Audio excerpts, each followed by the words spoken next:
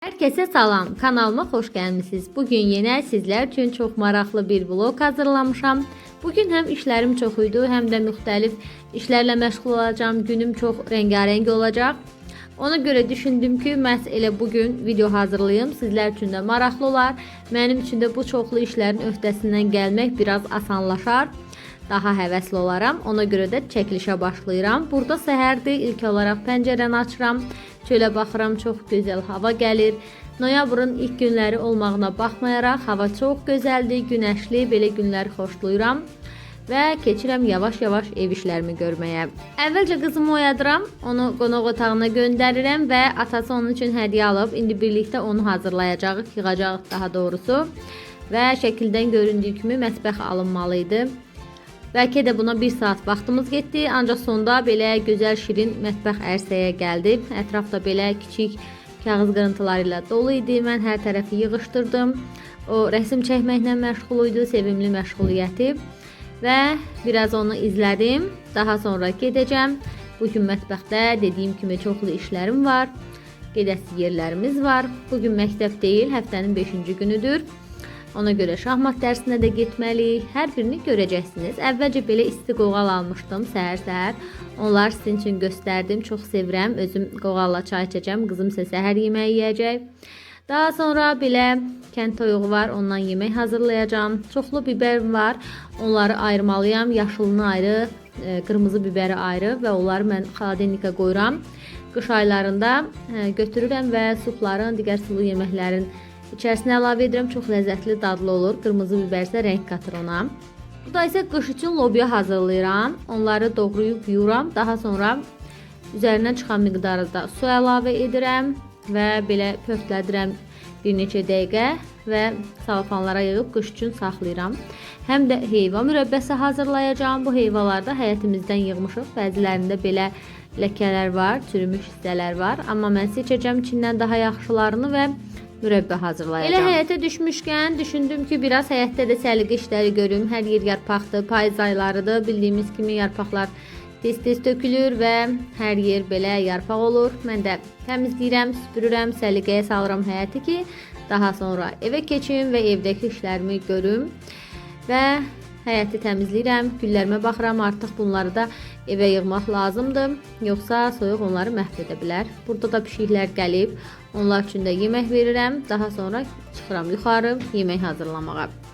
Burada toyuq qaynatmışam və həmin toyuğun suyunda yemək hazırlayıram. Evləri də səliqəyə saldım, hər yer tərtəmizdir. Həmin prosesi çəkmədim ki, yorucu, darıxdırıcı olmasın təmizlik işləri. Amma mən bütün işlərimi gördüm, hər yer tərtəmizdir. İndi isə gedim, artıq bayaq qoyduğum lobyalar hazırdır. Onları salafanlara yığmalıyam. Bax bu şəkildə belə yığıram bir bişirimlik və yerləşdirirəm soyuducuya. İstəyəndə tez götürürəm və 15 dəqiqəyə hazır olur. Soğan çay yeyirəm və üzərinə tökürəm, hazır olur. Burada isə biberlərimdir. Onları da yudum, doğradım suyu çəkiləndən sonra ayrı-ayrı yığdım ki, belə istifadəyə hazır olsunlar. Baxdım ki, pişiyin biri də gəlib, ana pişiyi. Ona da yemək verdim. Yemək üçün gəlmişdim. Artıq pəncərəyə çıxırdı və mən də tez getdim. Ona da yemək verdim. İndi isə gedim evə, görüm başqa hansı işlər məni gözləyir. Baxdım ki, artıq günorta yeməyinin vaxtıdır. Tez qızımla günorta yeməyimizi yedik və bugün məktəb olmadığına görə 5-ci günlər biz şahmat dərslərinə gedirik. Və ana-bala hazırlaşdıq, gedirik şahmat dərsinə. Qızım çox sevir, sevinə-sevinə gedir şahmat dərslərini. Orada çox çəkiliş eləmədim, istəmədim başqa uşaqlar görünsün. Ara-sıra belə çəkilişlər elədim. Qızım görünmür, uzaqdadır. Orada şahmat oynayır. Daha sonra evimizə dönürük. Burada isə qonşularımız da, onlar da bizimlə getmişdi bugün. Anaları xahiş etmişdi ki, onları da aparım. Belə evimizə dönürük. Evimiz yaxındır. Şahmat məktəbi ilə evimizin arası çox yaxındır. Belə gözəl, şirin, kiçik parkdan keçirik. İndi isə gəldim, bayaqki yığdığımız heyvaları yudum və mürəbbə hazırlamaq istəyirəm. Mənim üçün heyva mürəbbəsinin hazırlanması çox asandır. Əvvəlcə heyvaları soyuram. Daha sonra formalı bıçaq ilə doğrayıb suya əlavə edirəm ki, qaralmasınlar. 1 kiloqram heyva üçün 2 stəkan su əlavə edirəm və üzərinə də şəkər tozu əlavə edib heyvaları bişirməyə başlayıram. Gür atəşdə kəfini yığıram. Nəticədə belə gözəl, ətirli, par parıldayan, gözəl dadlı heyva mürəbbəsi alınır. Siz də bu üsulla hazırlayın, çox bəyənəcəksiniz. Açıqlama hissəsində hazırlama qaydasını, ərzaqların miqdarını daha detallı şəkildə yazmışam. Oradan baxa bilərsiniz. Dostlar, bütün bu ev işlərimi sizə qısa çəksəm də, 5 dəqiqəyə sığdırsam da, əslində bugün çox yorulmuşdum. Və yoldaşım gələndə də dedim ki, çox yorulmuşam. Bugün çox iş görmüşəm. O da mənə dedi ki, Umiko'dan sifarişlərimiz var idi. O etmişdi mənim üçün. Sağ olsun, linklərini göndərmişdim. O da etmişdi. Özü də çox sevdiyim kosmetik vasitələr.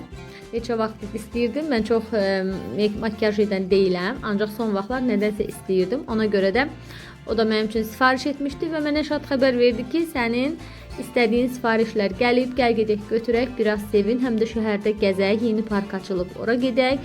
Mən də çox sevindim və durduq, gəldik bura. Bu park Gəncə şəhərində yerləşir. Dostlar, 2020-ci ildə Gəncəyə atılan atəş nəticəsində bu hissədəki evlər tamamilə məhv edilmişdi. Çox təəssüflər olsun ki, xeyli sayda itkimiz, şəhidlərimiz olmuşdu, mülki şəhidlər və bugün həmin şəhidlərin xatirəsinə burada gözəl bir abidə kompleksi, memorial kompleks ucaldılıb, belə gözəl bir park salınıb. Məhz şəhidlərimizin xatirəsini yaşatmaq məqsədi ilə biz də bu parkda gəzdik. Gözəl idi, amma gəzərkən də şəhidlərimizi yad etdik. Onlar üçün olan abidənin önündən keçdik. Həmin günləri təkrar yaşadıq, sanki uzun-uzadı həmin hadisələr haqqında söhbətlər etdik. Müharibənin acısını daha dərindən yaşayan biri kimi mən özüm Tərtər şəhərindənəm və atam, anamın evi, yaxınlarım, qohumlarımın o cür çətin vəziyyətdə qalmaları, evimizin atəş altında olması hər dəfə yadıma düşəndə məni çox üzür və tanıdığım yaxınlarımızdan, kəndimizdən olan şəhidlər, mülki şəhidlər hər biri yadıma düşəndə həqiqətən çox pis oluram. Eyni zamanda yoldaşım da müharibədə könüllü olaraq iştirak edirdi. Onun haqqında düşüncələrim, onun stresi, ona görə həmin günlərə qayıtmaq mənim üçün çox çətindir. Ancaq çətin olsa da bu bizim yaddaşımızdır, biz bunu unuda bilmərik. Və bugünkü bu gözəl gün üçün biz şəhidlərimizə minnətdarıq. Allah onlara rəhmət eləsin. Qazilərimizə can sağlığı versin ki, bizə belə gözəl, azad yaşamağı nəsib etdilər. Və gedirik sevinə-sevinə öz sifarişlərimi götürməyə. Gələk görək nələr var, nələr sifariş etmişik, məni bu qədər sevindirən nədir? Dostlar, videonun əvvəlində də dediyim kimi mən əvvəllər heç vaxt makyaj etməyi sevməmişəm. Ümumiyyətlə demək olar ki, heç bir makyaj vasitəm yoxdur. Ancaq son vaxtlar mən istədim ki, özümə makyaj vasitələri alım. Amma yenə də nə alım, necə alım, heç biri haqqında məlumatım yox idi, bilmirdim. Ona görə də mənim çox yaxın rəfiqəm Leyla xanıma müraciət etdim. O da sağ olsun mənə məsləhətlər etdi. Özü çox gözəl makyaj edir, ona çox gözəl yaraşır. Nə çox hədsiz dərəcədə abartılı etmir, nə də sadə olmur mənim kimi. Ortanı tutub çox qəşəng olur. Həmişə onu görəndə çox ürəyim gedirdi, belə deyək. Və ondan xahiş etdim ki, mənə uyğun öz istifadə etdiyim makyaj vasitələrindən mənə də məsləhət gör və mən onları alım. O da sağ olsun mənə çox yaxından kömək etdi. Hər biri haqqında ətraflı, detallı məlumat verdi. Və mən də baxdım, seçdim. Özümə uyğun olanlarından sifarişlər etdim. Və çox az baza makyaj vasitələridir bunlar. Hər birini çox bəyəndim. Burada sizlərə markası haqqında falan heç bir məlumat verməyəcəm. Çünki özüm də yaxşı bilmirəm. İstifadə etdikcə çox bəyəndiklərimi sizlərlə bölüşərəm. Və əgər istəsəniz siz də mənim istifadə etdiyim bu vasitələrdən ala bilərsiniz. Hələ ki göstərirəm, siz də baxın. Əziz xanımlar, mən düşünürəm ki, qadın olmaq nə qədər dərin, nə qədər gözəl bir hissdir. Bəzən bir dodaq boyası, bir ətir, bir parıltı belə içimizdə gizlənən o enerjini oyada bilir. Çünki biz qadınlar yalnız gözəl görünmək üçün deyil, özümüzü yaxşı hiss etmək üçün bəzənirik. Yəqin ki, siz də mənim bu fikrimlə razısınız.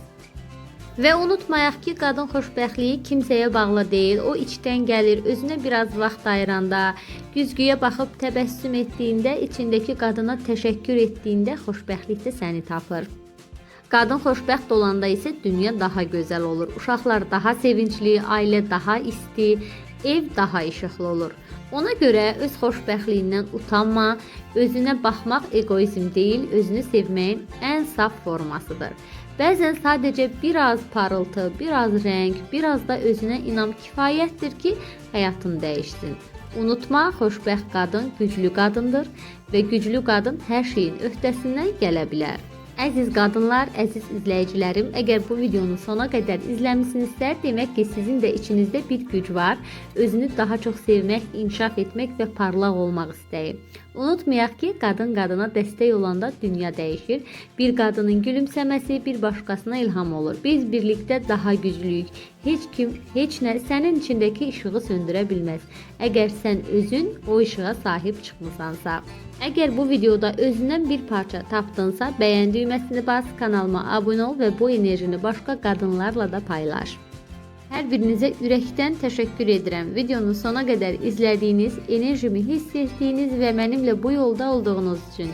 Unutma, növbəti videolarda yenə də bir yerdə olacağıq. Birlikdə güləcəyik, danışacağıq, motivasiya tapacağıq.